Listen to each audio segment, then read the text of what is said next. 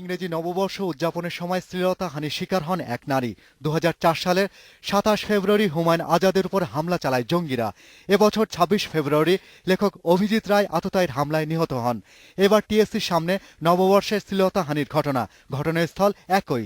পয়লা বৈশাখে ঢাকা বিশ্ববিদ্যালয়ের জায়গাতে এমন ক্রাউড হবে, নিশ্চয়ই আমার প্রিকশনস থাকবে নাকি আমরা ধরেই নিব যে না পয়লা বৈশাখ হবে, 16 ডিসেম্বর হবে, আমার কিছু মা বোন নির্যাতিত হবে। তো পয়লা বৈশাখে যে ঘটনাটা ঘটে গেল, তারপরে এখন মনে হচ্ছে না যে আমরা নারী হিসেবে বলি বা মানুষ হিসেবেই বলি ততটা নিরাপদ কোনোভাবেই মনে হচ্ছে না।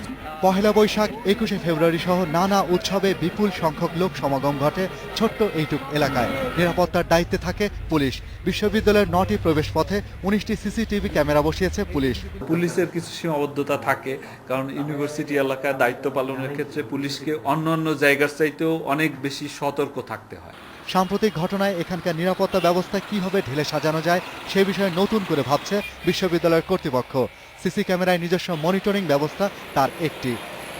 প্রত্যেকটা প্রবেশপথ এবং যেখানে গুরুত্বপূর্ণ জায়গাগুলো আছে সব জায়গাগুলোতে যেন সিসি ক্যামেরা থাকে, এইভাবে বিবেচনা করে সব জায়গাগুলো ঘুরে আমরা হিসাব করে দেখেছি যে বাইরেই শুধুমাত্র ১০০টার কাছাকাছি ৯৫টার মতো মনে হয় ক্যামেরা লাগে।